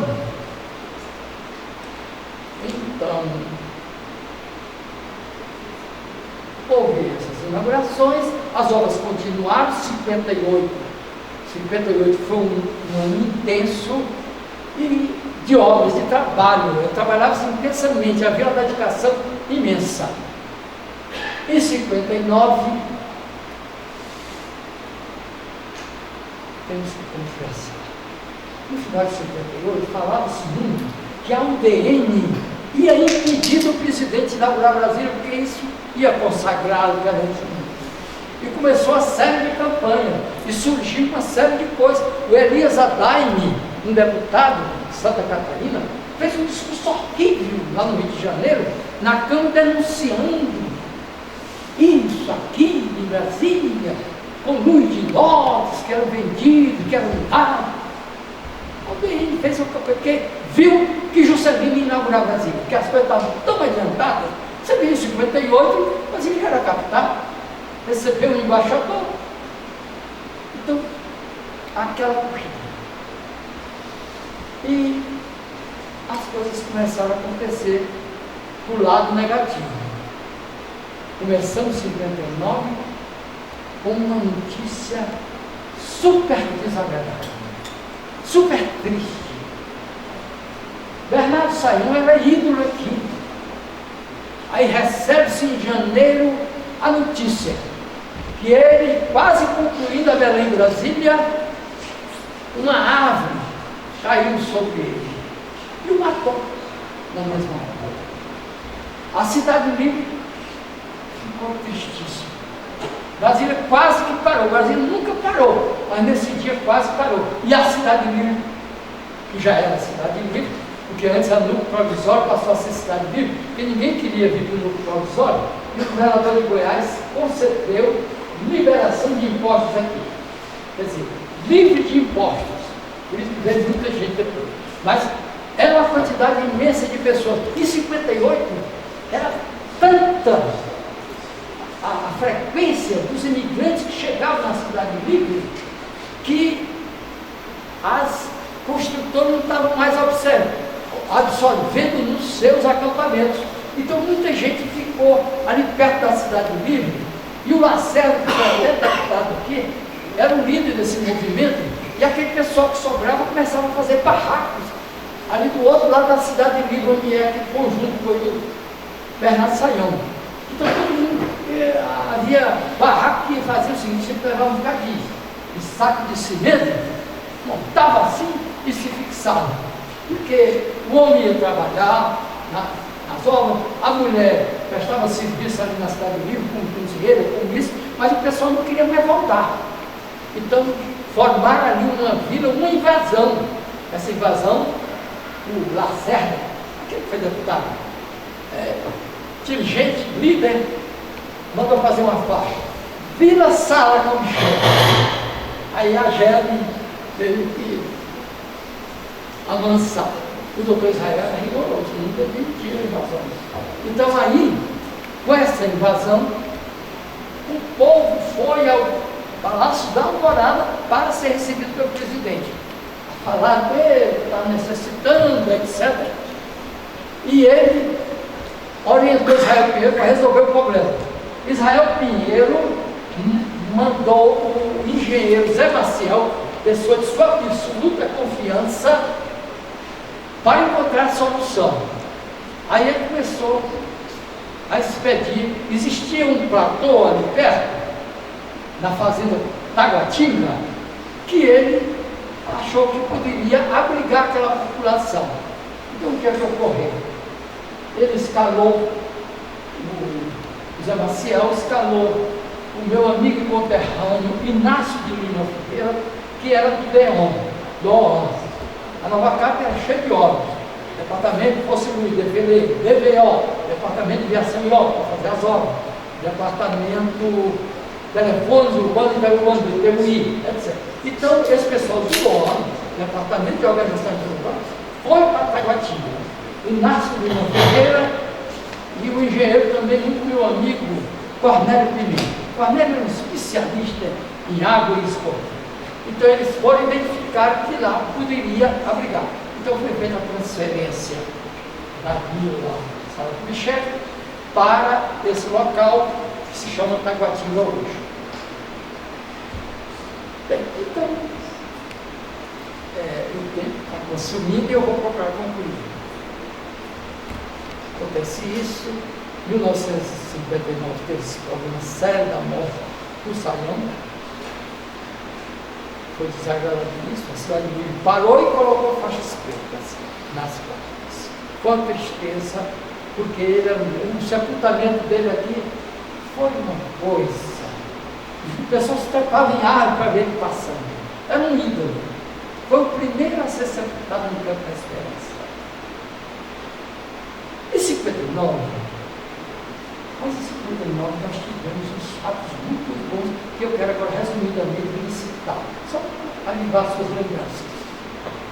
Foi inaugurada a barragem do Paranoá, que permitiria formar um lago. Essa barragem era tão difícil de fazer que o presidente Juscelino contratou uma firma americana. Eles chegaram aqui e construíram uma cidade maravilhosa, a Vila Planalto. Só casas ótimas, mas não era um bom de serviço. Tinham geladeiras importadas, etc. E o presidente Juscelino percebeu que não dava emprego. Aí o presidente trocou, chamou a MM4 e a Camargo Correia, duas empresas brasileiras. Vocês têm que resolver. Os brasileiros construíram sem tecnologia adequada para isso, só lá no estrangeiro que havia. E em 1959, no dia 12 de setembro, aqui sempre se comemorava o dia 12 de setembro. Por quê? Era o 7 de setembro e 12 de setembro. A data do aniversário do presidente Juscelino. Então, assim, no dia 12 de setembro, foi inaugurada essa barragem. Um enigma aqui, uma vitória. Fecharam as comportas, começa a nascer o lago. Lá começa a crescer. A Vila Malvina teve que sair, começa a crescer. Quando chega o dia da inauguração do Brasil, o lago que deveria ficar na cota 1000 já estava no 986. O lago estava aí, né? Toda a imprensa carioca dizia que esse lago não ia ser, entendeu? O presidente mandou até por porção um telegrama minha, viu? Encheu. Porque o Coção defendia muito que o lago ia tudo, era porosa a região. Ele era técnico, engenheiro, né? Mas os dois se levantaram e o Celino respondeu só com um telegrama. Pois bem, então nesse dia 12 de setembro, aniversário, houve naturalmente um desfile militar que sempre ocorria. O presidente inaugurou essa barragem e houve também a inauguração, a pedra fundamental do Correio Brasiliense. Nesse tempo eu já era da agência meridional e já estava convivendo com as coisas do futuro jornal de Hipólito da Costa, que foi um grande defensor de Brasília, no Brasil Colônia, e que o Chateaubriand, na sua visão estatística, quis trazer aqui para o Meteoro Juscelino. Se você inaugurar Brasília no dia 21 de Brasil, eu também inauguro o jornal. E deu essa sorte. Aí veio por conta a televisão, que foi uma coisa boa para o Brasil. Então, nesse dia nós tivemos essa inauguração, mas algumas coisas significativas. Enfim, para concluir, tivemos a inauguração de Brasília no dia 21 de abril de 1960. Foi uma festa extraordinária. O presidente Juscelino, eu trouxe a protocolo aqui, eu vou ler para vocês. Eu trouxe em algum bolso aqui, não é isso. Eu vou achar, porque eu vou revelar para vocês o pensamento do presidente. Achei. Ótimo. Então eu vou contar, para falar da inauguração do Brasil, eu vou me limitar a essas palavras do presidente Juscelino, que são encantadoras, de uma visão estatística extraordinária. 21 de abril, de manhã cedo, eu fui lá para o pessoal da 6ª Companhia de Guarda, me informou, vai ter clarins no Palácio da Alvorada, para acordar o presidente. Tudo bem, vamos lá, 6 horas. Então, esse texto eu escrevi num dos meus livros. Diz o seguinte: após hastear a bandeira nacional, disse o presidente Juscelino, isso é em frente ao Palácio do Planalto: cabe-me a honra, ouço com muita atenção, cabe-me a honra, fixar neste momento a bandeira nacional. Faço com emoção que dificilmente poderia exprimir. Sinto agora a mesma vibração, o mesmo tremor que sente todos aqueles que estão praticando o mesmo gesto nos 4 cantos do país. Meu pensamento volta-se, nesse instante, para as novas gerações que vão recolher, que hão de recolher o fruto de nossos trabalhos e encontrar um Brasil diferente do que encontramos. Um Brasil integrado no seu verdadeiro destino. Diante da bandeira nacional, com as suas 22 estrelas, saúdo os pioneiros. Eu tinha sido palavra do carinho. Pioneiros, os que lutaram para que chegássemos, sem medir esforços e sacrifício, erguemos as bases da nossa grandeza futura. E finalizou o presidente: daqui do centro da tarde, levo o meu pensamento a vossos lares e vos dirijo a minha saudação. Explicai aos vossos filhos, isso é missão nossa, a vossos filhos, a vossos lares, explicai aos vossos filhos o que está sendo feito agora, e sobretudo para eles que se ergue esta cidade, síntese, prenúncio de uma revolução fecunda em prosperidade. Eles, escutem essa, eles é que hão de nos julgar amanhã. E isso sim consubstanciou na história, porque depois que deixou a coisa acontecer, quando o presidente Juscelino e a história está consagrando a guerra, e a história está me fazendo justiça. Realmente, um grande estratégia constituiu o Brasil. Mas, no dia 11, no dia 22, quando ele viu, com uma manifestação assim, imensa, 50, 70 mil trabalhadores, que era mais ou menos a população naquele tempo. O presidente agradece as manifestações e diz que Brasília só pode estar aí como a vemos, e já deixando entender que será amanhã, porque a fé em Deus e no Brasil nos sustentou a todos nós, a esta família aqui reunida, cantamos, a vós todos, cantamos, aquele orgulho de pertencer. E no outro trecho daquele seu discurso, saúda enfaticamente os cantamos, trabalhadores da construção do Brasil, com estas palavras significativas: assisti desde a primeira hora a vossa chegada ao Planalto. Vi como pegaste no trabalho, como vos animastes, homens à procura de um destino melhor, não apenas para vós mesmos, mas também para o vosso país.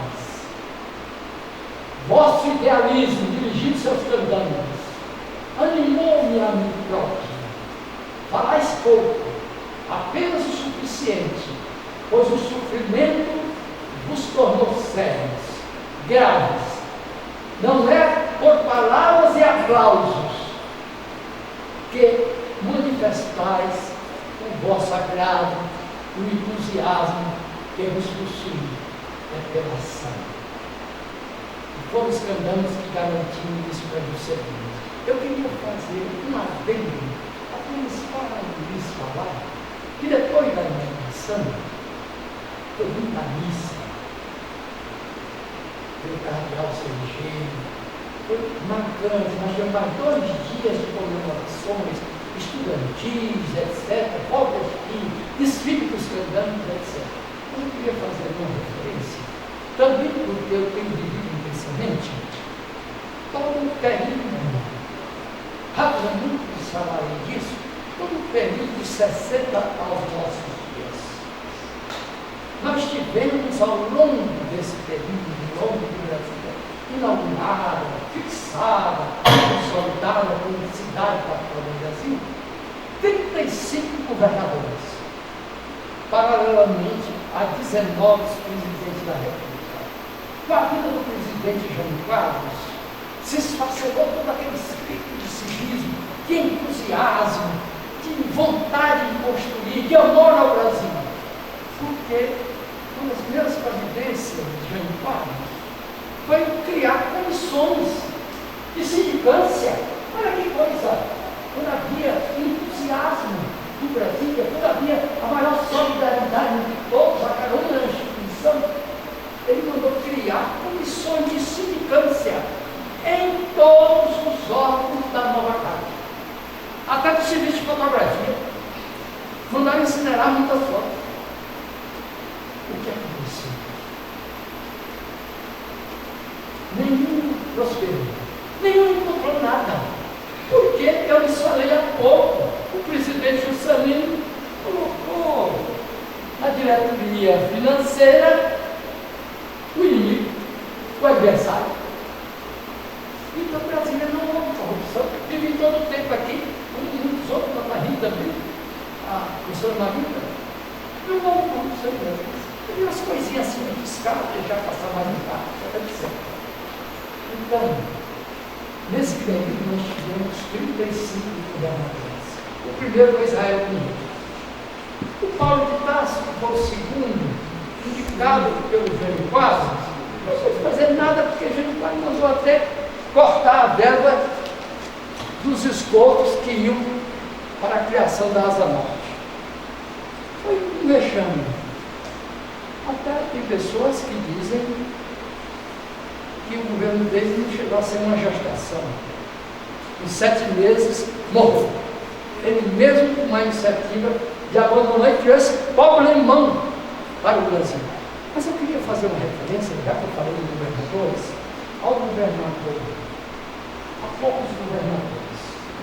Todos se dedicaram, etc., mas o governador Plínio Cantarelli, 64, 65, ele fez um grande trabalho em busca de tornar Brasília humanizado. Ora, por quê?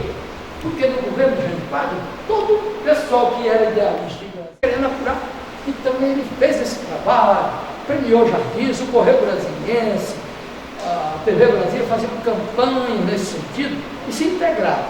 Foi muito interessante esse governo. Depois tem todos se dedicaram, não tem nenhum a condenar.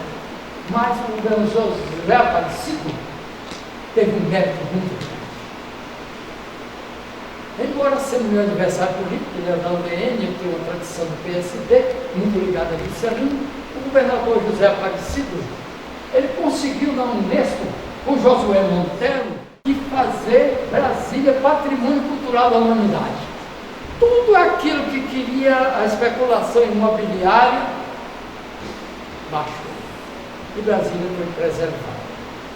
Foi um dos maiores atos de José Aparecido na história do Brasil.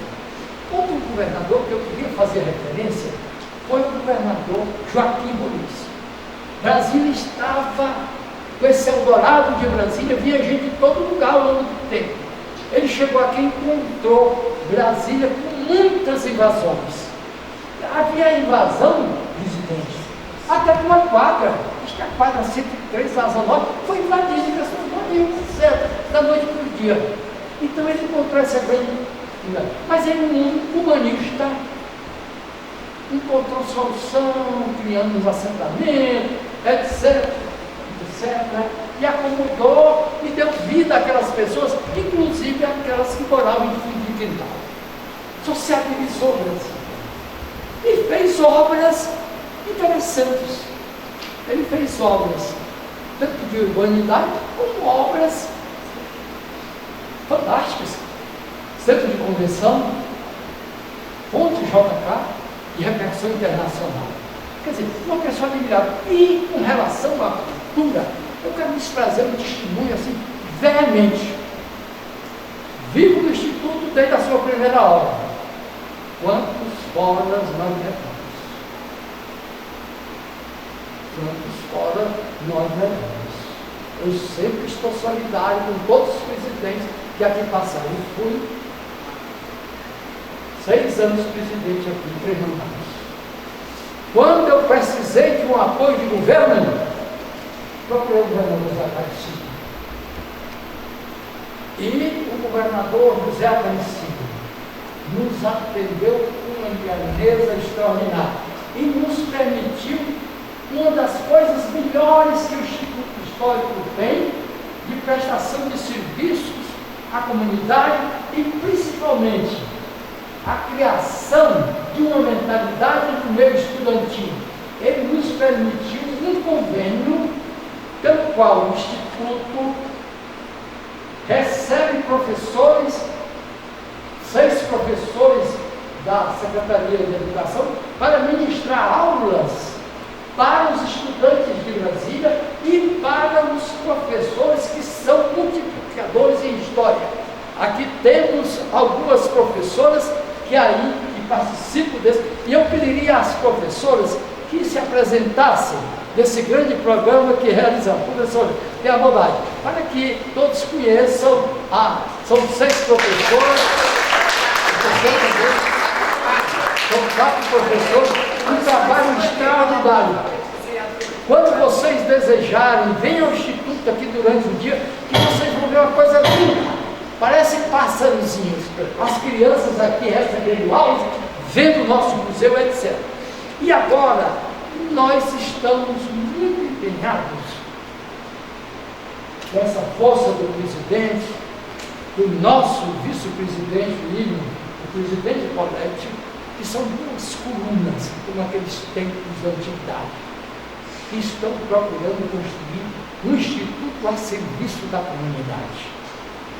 Então, estamos realizando muitos trabalhos, muitos estudos, muitas reuniões, muitos projetos para que o Instituto, além de ser a maior sala de aula sobre Brasília, seja também um centro de estudo, que aqui estamos bem adiantados em projetos para que estudantes pesquisadores que desejam venham aqui e tenham um momento de interação com a vida de Brasília de forma online. Um museu altamente especializado em tecnologia, que a pessoa passeará e viverá todos os tempos de Brasília. E a par disso, ao longo da minha vida, desde os tempos de 57, eu guardo muitos valores e hoje eu tenho um museu que acho que é a referência do Brasília. O Memorial Brasília, com 21 inventários, uma coisa formidável, e estou passando isso, apoiando esse trabalho que o Instituto está realizando para levar à comunidade, aos estudantes, aos pesquisadores, aos visitantes de Brasília, tudo o que desejarem em termos de pesquisa. Por exemplo, há um fenômeno muito grande que ocorreu em Brasília no final do século XIX, em 1891. A presença em Brasília da primeira comissão, Comissão Cruz. Comissão Cruz, que foi aquela coisa, região e tudo mais. Tudo que temos hoje, tudo que vemos na Constituição do Brasil, que eles estudaram aqui até os ventos, estudaram topografias, etc, etc. Então eu estou passando esse acervo, que é grande, para os cuidados do Instituto, a fim de que nós podemos fazer essa modificação. Então nós vamos ter um esquema de professores lecionando sobre Brasília, o esquema de museu visionário, o sujeito, como já existe em outros lugares, através de um equipamento, o sujeito convive interativamente com os tempos da construção em todos os tempos do Brasil, e mais essa extraordinária fonte de pesquisa. O Instituto, eu, como presidente, queria que fosse a maior sala de aula que hoje é, ele terá de ser também o maior centro de estudo e, quiçá, sejamos nós, presidentes, o que o presidente Juscelino muito queria, um centro de estudo do Brasil. O presidente Juscelino desejava muito, não conseguiu. E outra coisa, essa que eu falei há pouco, o governador Joaquim Paris foi super atencioso comigo. Nos permitiu esse convênio, que é um orgulho do Instituto. Nós somos muito felizes com ele. Ele foi super atencioso. E, no momento em que tivemos, eu, como presidente, tive a dificuldade imensa das rachaduras da parte superior e caía água por todo o campo, o governador foi acessível e entendeu o nosso problema e mandou tirar todas as rachaduras através da Secretaria de Cultura. É preciso que todos os governos sejam como bons. Nós somos eternamente agradecidos. E foi um homem que marcou sua passagem pelo Brasil. Então, concluindo, quero lhes dizer que estou me preparando para os 60 anos de Brasília, que ocorre no próximo ano de 2020, e em convênio com o Instituto, estou lançando 7 livros sobre cada década de Brasil, até essa década que termina em 2019. E mais alguns outros documentos, inclusive um que vai ser uma grande pesquisa arqueológica, que é a Cidade Livre daquele tempo. Houve um episódio curioso, que quando começaram a querer acabar com a Cidade Livre e mandar todo mundo para a morte, Deus me deu uma inspiração. Eu era diretor de redação do Correio, acertei com o chefe da reportagem: toda manhã eu vou fazer uma coisa, não devo trabalhar durante alguns dias, à tarde e à noite, de madrugada, estou aí. Ia para a Cidade Livre, fotografando cada avenida, Avenida Central, Segunda Avenida, Terceira Avenida, Quarta Avenida, casa por casa. Cada rua era assim, número 5, 15, 25, número 10, 20, 30, entendeu, né? O 5 e o 0. E eu fotografei. Fui em cada lugar, entrava e pedia a informação. Recolhi isso. Um dia, quando eu fui fazer uma viagem de Receita, fui perceber aquelas escavações que fizeram a descobrir a casa de Maria. Menino, eu tenho aquela riqueza arqueológica, eu vou fazer um físico. Então nós vamos saber que as lojas que existiam e as pessoas que moravam na Avenida Central, onde você mora, na Avenida Central, na Segunda Avenida e na Terceira Avenida. E havia até uma graça naquele tempo da construção, que houve uma invasão depois da Quarta Avenida. Uma invasão. Aí o pessoal chamava de Quinta Avenida. Não é? Pois olha, amigos, então eu concluo. Mas eu queria concluir.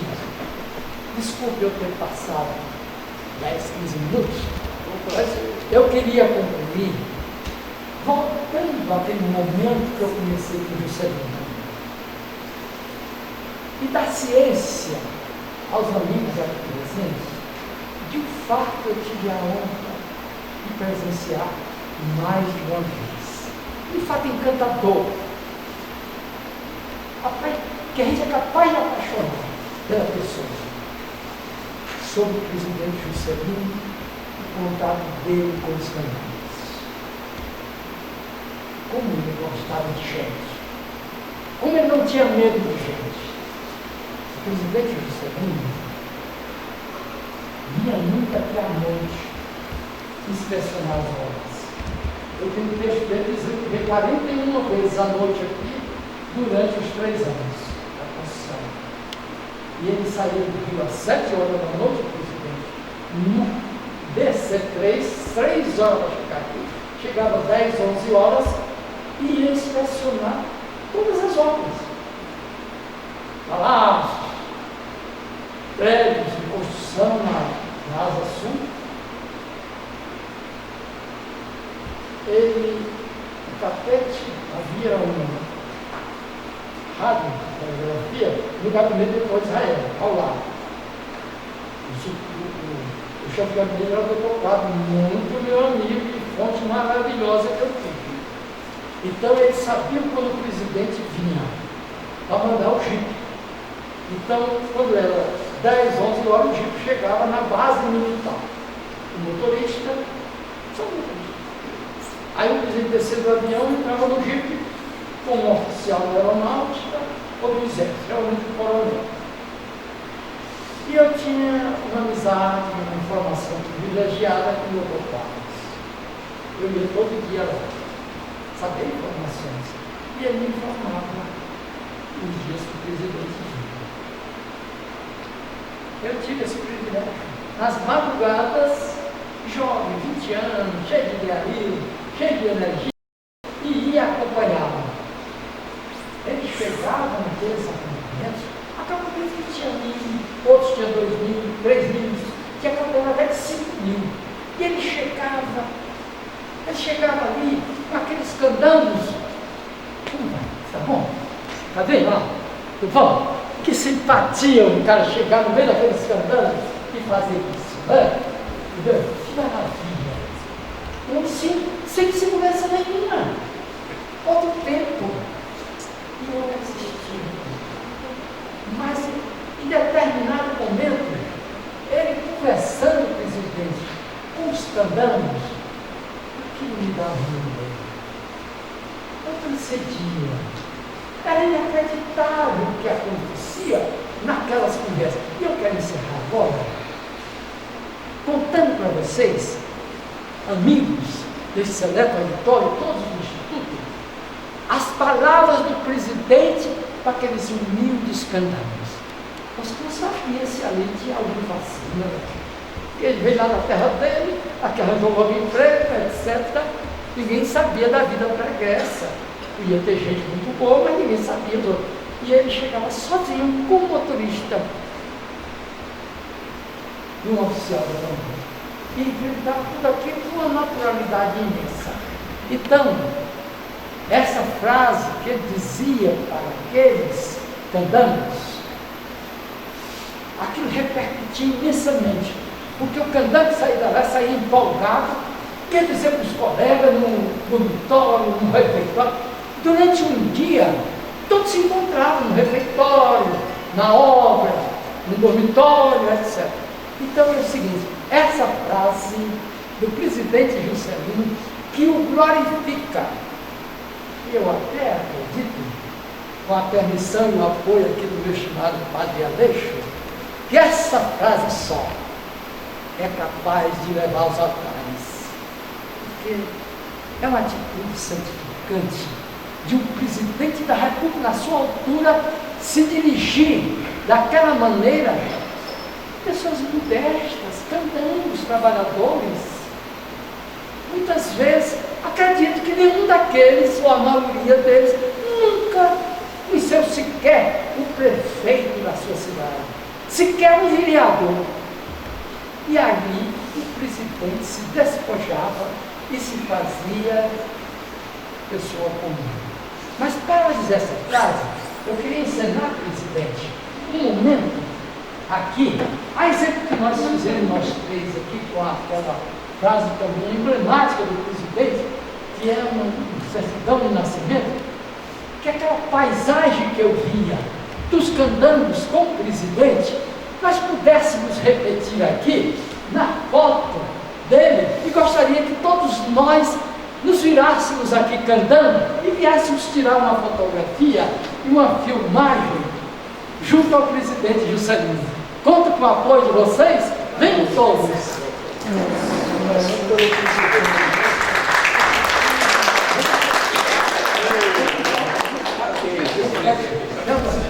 Vamos ficar todos aqui para nós tirarmos uma foto de todos.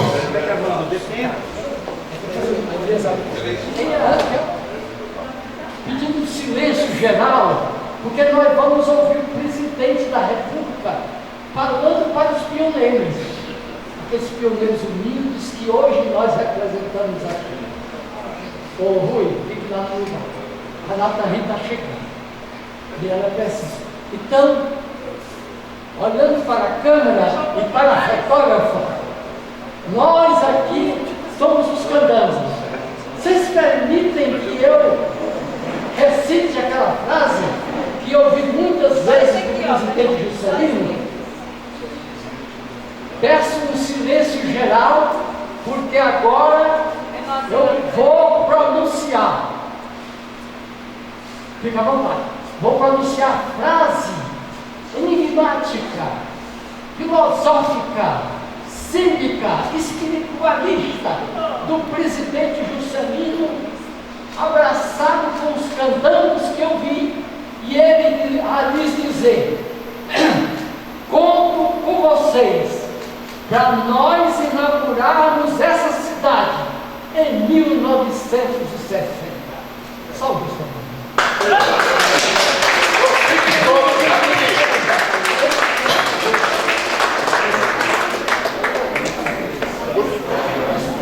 Por favor, fiquem todos aqui, porque agora é um fato inusitado, porque pelo nosso protocolo nós devemos entregar um certificado. Quer dizer, quem queria nos dar o certificado era ele. O certificado era mais dado. Eu queria convidar o Narciso e o saber entregar aqui o certificado. Mas todos estão aqui, todos nós estamos entregando. Essa aqui é a minha amiga mais antiga. Você devia nos dar um certificado. Eu tenho que dar meu agradecimento. O Adilson, das reuniões, no dia 12 mesmo, ele fez um discurso inteiro que está gravado. Isso foi apenas uma parte. Ele ficou assim, nós ficamos muito felizes, muito contentes de reviver isso que algumas, como eu mesmo, não conhecia muitas dessas coisas exatamente da minha vez. Quero agradecer muito a vocês por isso. Foi uma noite memorável. Eu apenas não vou pedir para que isso seja apenas no primeiro dia, que haverá outros. Estou sempre às nossas. Se o assunto for Brasília, estou sempre às nossas. Eu não sei se eu posso encerrar a reunião. Podemos? Muito obrigado pela presença de todos. Parabéns, uma beleza.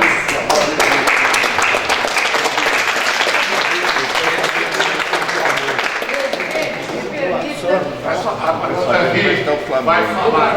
Presidente, me permita, e também você, grande palestrista Vasconcelos, romper o protocolo e lhe fazer um pedido.